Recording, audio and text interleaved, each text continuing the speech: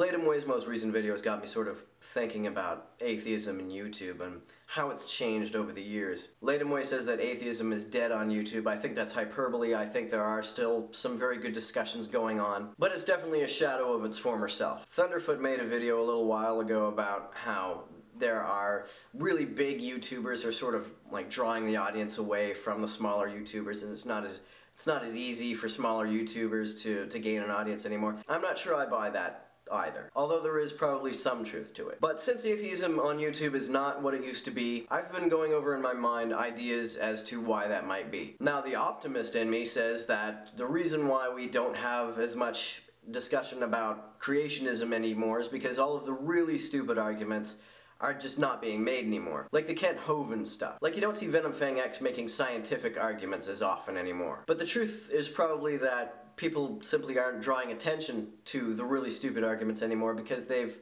dealt with them so many times already before. So on the other hand, it's quite possible that creationists on YouTube are just as stupid or even more stupid than they ever were, and it's just that atheists are tired of dealing with these same arguments over and over again. But even if that's the case, I think atheists on YouTube can still be proud of themselves for amassing such a massive body of argument and evidence against creationism. At least now, if a person is on the fence about whether young Earth creationism is true, they can go to YouTube and they can find plenty of evidence against it. They can find plenty of very well-made arguments. And the fact that YouTube atheists have gone through so many arguments and have provided so many refutations is, in the end, I think a good thing. I'd like to think that there's not as much debate and not as much livelihood in the atheist community on YouTube because they really have compiled all the evidence and compiled all the refutations that are really necessary for anybody who is sincerely open to be convinced one way or the other. So while I do miss the old days when there were really lively debates between atheists and creationists, rather than lamenting the loss of that era, I think YouTube atheists should be proud of the massive body of argument